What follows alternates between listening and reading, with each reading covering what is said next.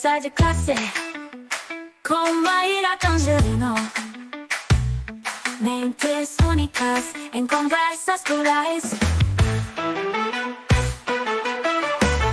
Olá, pessoal! Boas-vindas a mais um Conversa de Classe.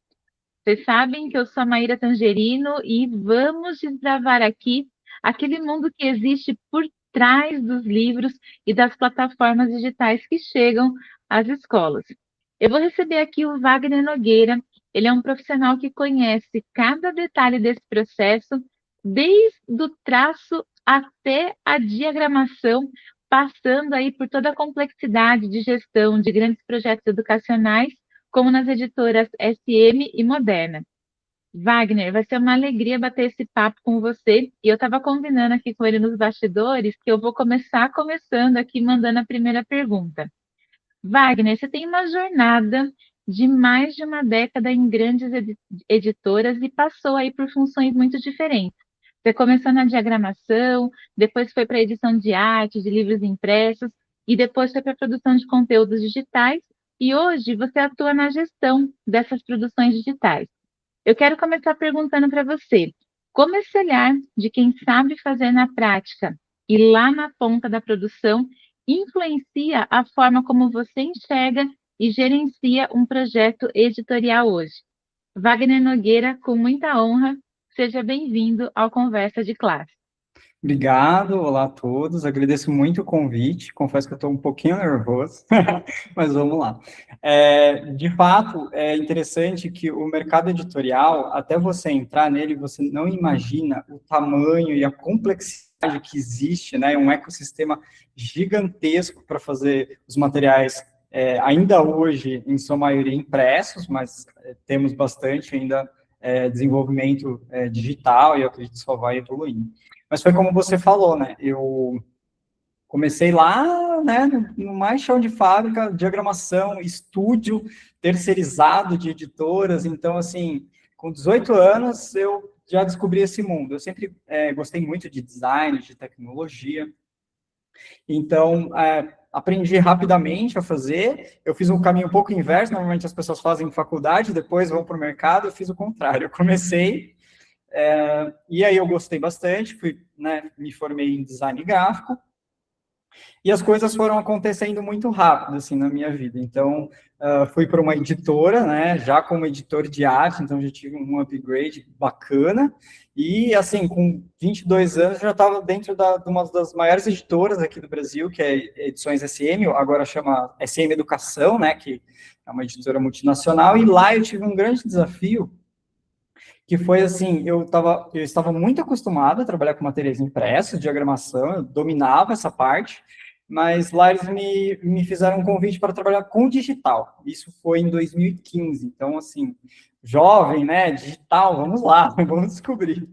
Então, assim, foi uma jornada muito interessante, porque o impresso, não que seja monótono trabalhar, mas acaba sendo um pouco mais do mesmo, né? A gente muda a questão visual, eu acho que toda a parte da proposta pedagógica, assim, não é minha especialidade, mas eu sei que muda, né, de um projeto para o outro, mas acaba sendo muito parecido, né, a cada ano as produções. E, claro, evoluem as tecnologias, ferramentas, surgem recursos novos que agilizam o dia a dia, mas no digital é muito dinâmico, né? Porque você precisa produzir vídeo, animação, infográfico interativo, simuladores, enfim. Então, assim, você fica numa trincheira, assim, de explorar, né, inovação e tudo mais. Então, assim, para mim foi muito interessante, aprendi demais.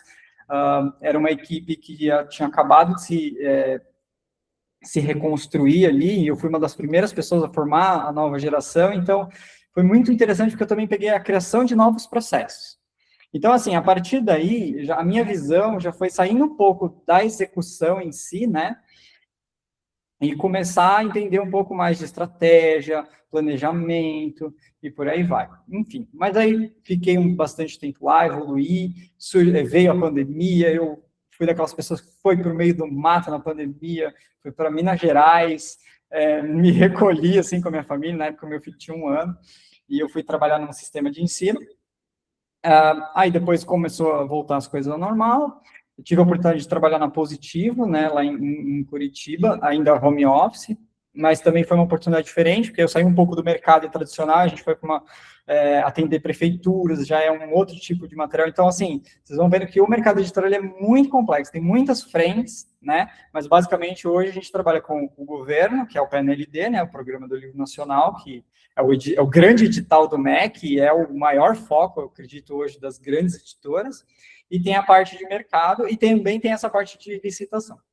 Mas, e aí, desde 2021, eu entrei para a Editora Moderna, que aí foi assim, a Editora Moderna, junto com a Som, são os grandes players do mercado. Então, é uma grande oportunidade para você ver como que é um processo, assim, gigantesco, né, como os líderes do mercado trabalham. Então, lá dentro eu acabei me desenvolvendo. Normalmente tem muito PJ, né, a gente entra como PJ, depois a gente acaba virando CLT. E é isso, com o tempo eu fui muito saindo dessa parte de produção e indo mais para a parte de gerenciamento de produção, de fornecedores e tudo mais. Então, assim, eu acho que tem duas coisas muito interessantes com toda essa trajetória. Primeiro que eu sou muito grato, porque eu conheci muita gente. O mercado, a gente brinca, né? O mercado editorial é gigante, mas ele é muito pequeno, que todo mundo se conhece. Então, aprendi muito, conheci muita gente bacana, mas tem duas coisas que eu acho muito interessantes da sua pergunta, que é assim, o que impacta, né, eu ter passado por todas essas etapas e na visão de quem está ali gerenciando o projeto. Eu não sou gerente de equipes, né, não hierárquico, mas eu gerencio os projetos. Primeiro a parte da empatia, né, porque eu acho que, às vezes, passa desapercebido muitas coisas que quem está ali, né, no trabalho mais artesanal, vamos dizer assim, porque eu acredito que hoje em dia a edição, a parte de edição de arte, ilustração, ainda é um trabalho muito artesanal em tempos de IA, né? Claro que agora a gente está tendo muito esse apoio para fazer esse trabalho, mas ainda assim é mais artesanal. Tem muitos detalhes que passam desapercebidos na hora de fazer um planejamento, né? Como eu falei, o fluxo de produção, seja ele impresso ou digital, ele é muito complexo. Inclusive, a gente tem até uma dificuldade para encaixar ferramentas, né, que ajudem a gente a controlar a produção, que não escape nada, né? Eu tenho uma gestora que eu adoro na Moderna, que ela fala, é o patinho fujão. A gente precisa pegar os patinhos fujões, porque passou do prazo, né? Então, a gente precisa, primeiro, assim, eu acho que ter essa empatia, entender os detalhes, então, na hora de fazer um planejamento, definir, tal etapa precisa de tantos dias. E aí, junto com a gestão, falo, não, eu sei que não é esse tempo, precisa de um pouco mais, e aí acaba assim, primeiro, você tendo uma gestão mais eficiente, consegue prever um pouco melhor o que pode acontecer, o que pode sair ali um desvio de rota, porque acaba acontecendo assim, gente, quando você vai fazer uma produção, por exemplo, o PNLD, a gente vai fazer a parte digital, são 1000 objetos digitais, né, então imagina, acompanhar 1000 conteúdos sendo produzidos em 3, 4 meses. Então, assim, é uma loucura, precisa ser muito bem planejado. Então, tem esse ponto, acho que, da empatia, e eu acredito muito, assim, que também, quando você tem um conhecimento grande sobre as etapas e vai para a parte de planejamento, você consegue ser muito mais eficiente, você consegue, de repente, otimizar o processo, que às vezes a gente no dia a dia fala, nossa, mas não poderia juntar tal etapa, não poderia conversar com outro setor e a gente mudar? Então, tenho esse outro ponto que eu acho que a parte estratégica, a gente acaba sendo mais eficiente, e é isso, assim, eu acho interessante atuar na parte de planejamento, porque todo ano muda, a gente tem novas ideias, a gente otimiza processos, agora tem IA, embora dentro da Moderna, da Centilhano, né, onde eu atuo, a gente tem muitas restrições para usar, tem que ter um cuidado muito grande, a questão de plágio, a questão de, né, ser 100% autoral no PNLD exige isso, não que não possa utilizar, pode utilizar, mas eu acho que com muita cautela. Então é isso, e vem se transformando, e toda essa minha bagagem só vai me ajudando a ser mais curioso, buscar um pouco mais conhecimentos e melhorando o que a gente pode no processo, né? E Wagner, pelo menos para mim que estou aqui, né, te ouvindo, gente, é nítido o brilho no seu olhar quando você fala da sua profissão, do seu trabalho, né? E acho que essa é uma parte importante do processo, porque às vezes o professor recebe um material, recebe um objeto educacional digital, né? Ele recebe algo que foi feito ali na editora e não imagina, né, que por trás tem todas essas pessoas que fizeram esse objeto educacional percorrer um caminho, né?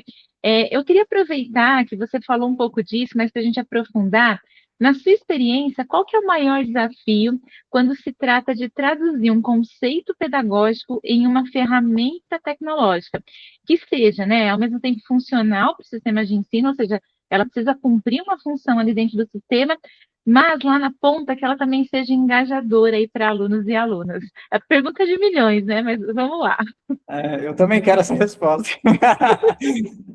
Não, assim, eu enxergo muito que ainda existe pelo menos nas editoras, nas grandes editoras, ainda existe um distanciamento muito grande de quem produz e quem consome.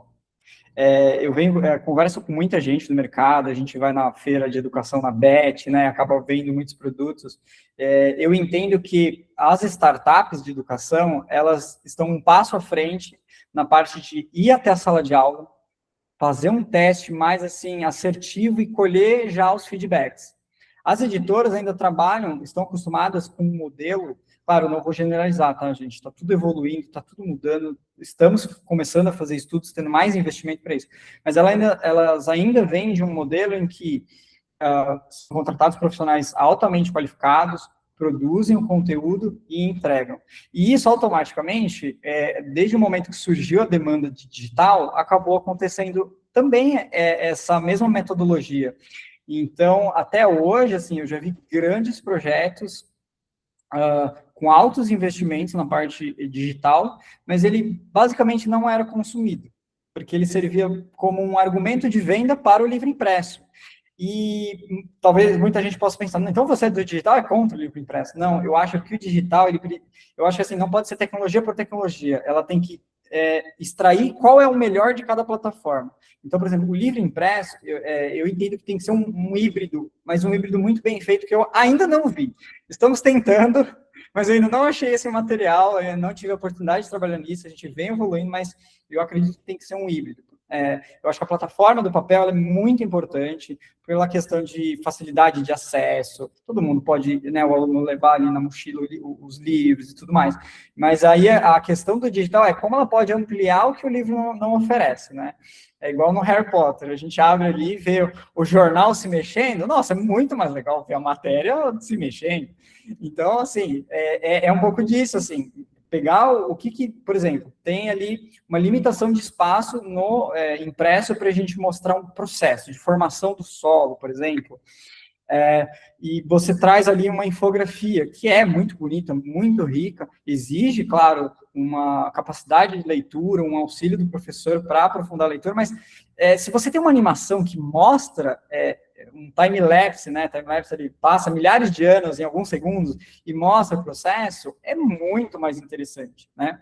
Mas esse, assim, para mim é o grande desafio ainda dentro das editoras. Eu acho que existe um distanciamento entre o que é realmente utilizável e eu acredito, às vezes, o momento. Eu tenho um filho e ele está no 2º ano, eu percebo assim, pelo menos na minha realidade, tá? Tudo que eu falo, eu procuro não generalizar. Mas na minha realidade, assim, eu não consigo ver, por exemplo, ele utilizando em escola particular, tá? Esse é outro contexto, mas eu não vejo, mesmo na escola particular, ele conseguindo usar a parte digital, não vejo sendo explorada. Mas, por exemplo, em casa, sempre vem a lição de casa. E, às vezes, assim, uma escola renomada, a professora imprime uma atividade e cola no caderno para ele fazer. Eu imagino que deva ser a realidade de muitas escolas. Claro, tem muitas escolas tecnológicas que já têm tablet para tudo, mas eu acredito que muitas escolas façam isso. E aí eu penso, nossa, mas ali não seria um ponto da gente intervir com um recurso digital para ele fazer junto com o pai, que fosse algo mais prazeroso? Porque, assim, a gente sabe, os alunos não querem fazer a lição de casa. Então, de repente, eu até tento ao máximo possível dar essas ideias. Gente, vamos fazer um projeto aqui, lição de casa divertida, gamificada, de repente. Então, assim, é isso que eu falo, ainda tem muito o que evoluir, a gente está estudando, por exemplo, tem pesquisas na TIC, não sei se o pessoal conhece, mas a TIC é um órgão brasileiro que regulamenta a internet, enfim. Então, eles fazem muitas pesquisas, né? Tem a TIC Kids, para entender o comportamento das crianças, quando que elas, a partir de que idade, enfim, traz uma série de dados, assim, muito interessantes. Então, a gente acaba se baseando hoje muito nisso. A nossa equipe fez até um estudo bem profundo de todas essas pesquisas para trazer algumas premissas básicas para que a gente, pelo menos, possa seguir alguns princípios, né? A gente ainda não conseguiu ir até a escola, fazer os testes pilotos que nós gostaríamos, fazer perguntas para os professores, para os alunos. Precisa de muito investimento para isso, gente. Né? Não é tão simples, mas esse é o nosso sonho, né? Ir até lá e falar, professor, o que você acha desse objeto? Como que você usaria? Funciona? Porque é isso, senão a gente acaba sempre fazendo muito o que a gente acha interessante dentro da editora, e tá tudo bem, né? Por exemplo, um editor de língua portuguesa, ele vai achar maravilhoso fazer um vídeo de... eu nunca esqueço, eu fiz uma vez um vídeo que ficou a Marta Lagarta, a gente fez junto com a Marta Lagarta, a gente gravou uma entrevista com ela, e ela falando, assim, da parte de criação das palavras que ela faz, que é muito interessante. Nós fizemos uma animação de tudo que ela falava, então imagina como ficou muito lindo, mas o vídeo ficou com 13 minutos. No final, o aluno, por mais interessante que seja, o aluno tem aquela dificuldade de, poxa, mas 13 minutos, ele começa, às vezes, e também pode ter um impeditivo de acesso.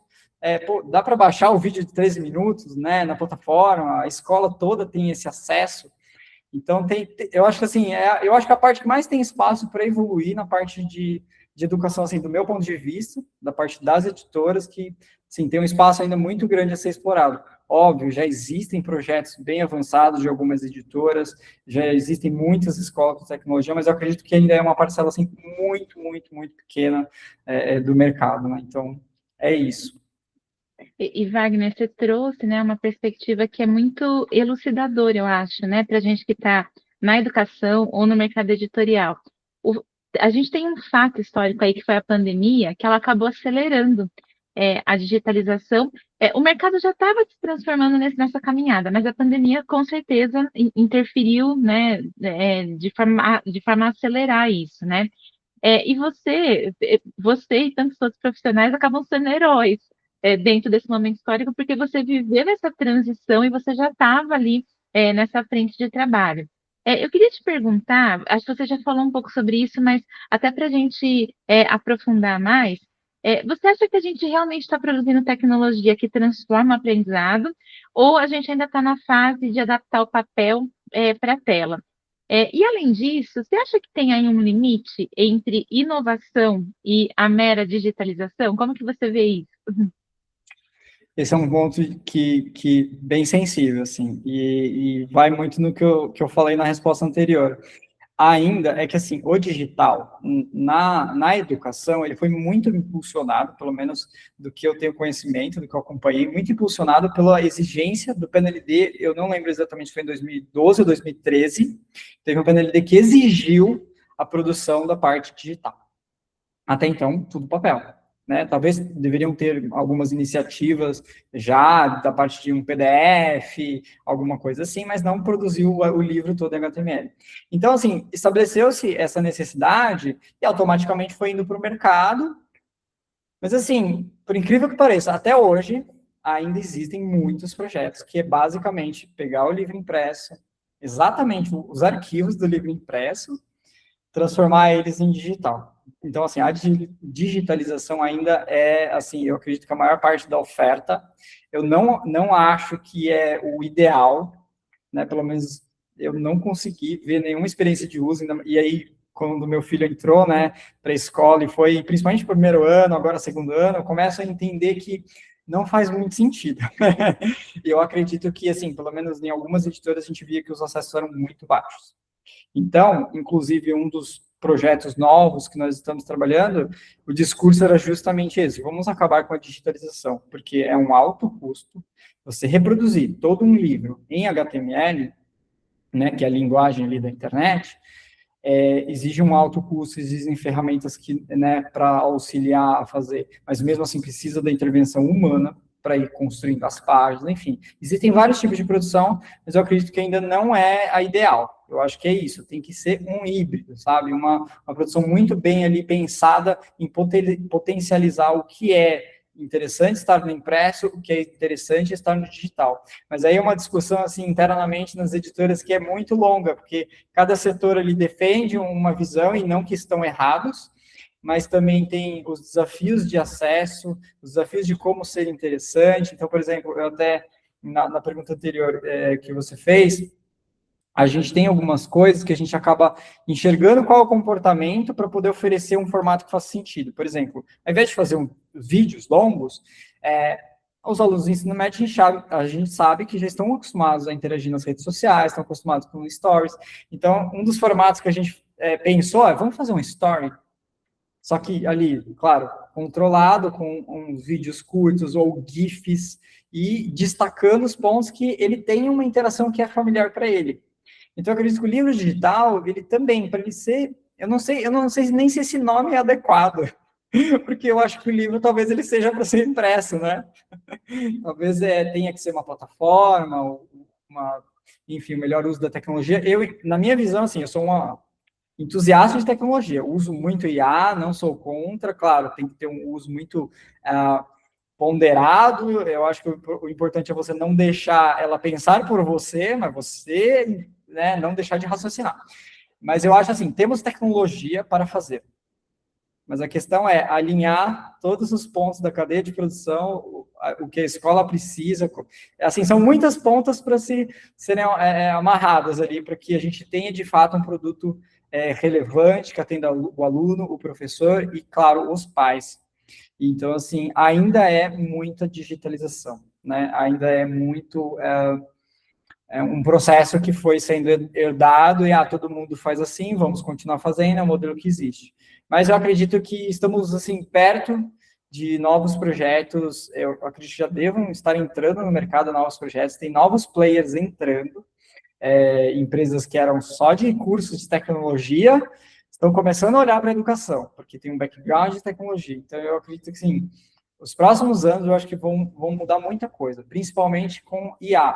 Todo mundo quer colocar IA né, para o aluno utilizar, enfim. Então, também tem discussões sobre esse ponto, como até que ponto colocar IA para que, né, não atrapalhe o processo pedagógico, aprendizagem, não faça com que ele fique, né, dependente daquilo. Então, assim, eu acho que a gente está bem na fronteira de acabar com esse modelo, que não faz mais sentido.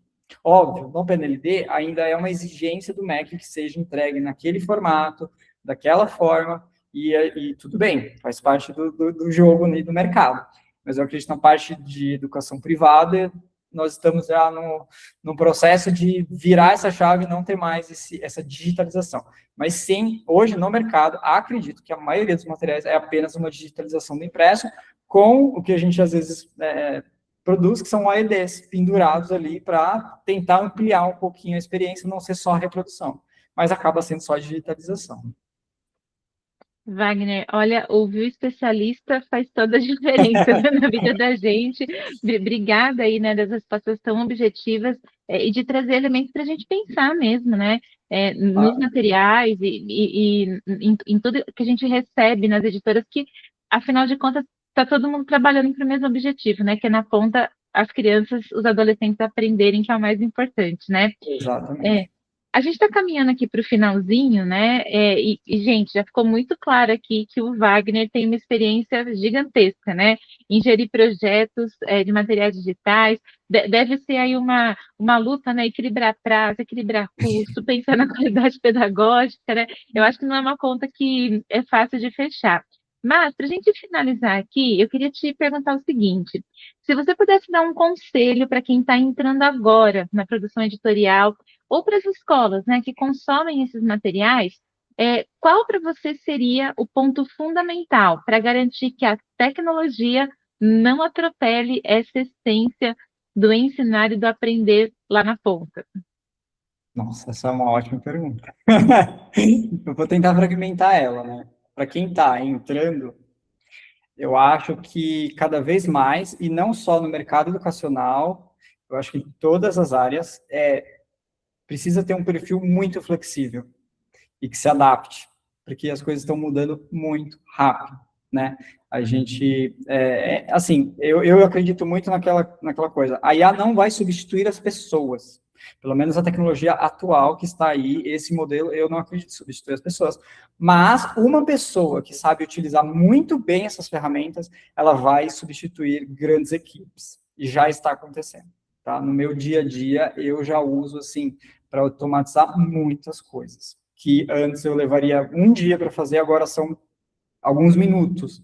Então, primeiro, assim, ser flexível, né, e se adaptar, estar acompanhando o que está acontecendo no mercado, saber fazer o uso correto ali não que exista um uso incorreto da IA, enfim, mas fazer um uso que ela potencialize as suas habilidades, né? Então, eu acho que cada vez mais isso e procurar entender muito bem ali, não só a sua casinha. Normalmente você vai entrar, você é um editor, você é um revisor, você é um iconógrafo, né? Tem várias personagens da produção, mas tudo bem, você vai executar aquela função, mas eu acho cada vez mais importante a pessoa que procura entender a outra etapa, ou a anterior, ou a próxima, para que o trabalho dela facilite, viabilize, enfim, porque se uma pessoa está se preocupando com o próximo ali na parte da produção, quem é o próximo que vai pegar esse trabalho? Como eu posso entregar para ele de uma forma mais organizada?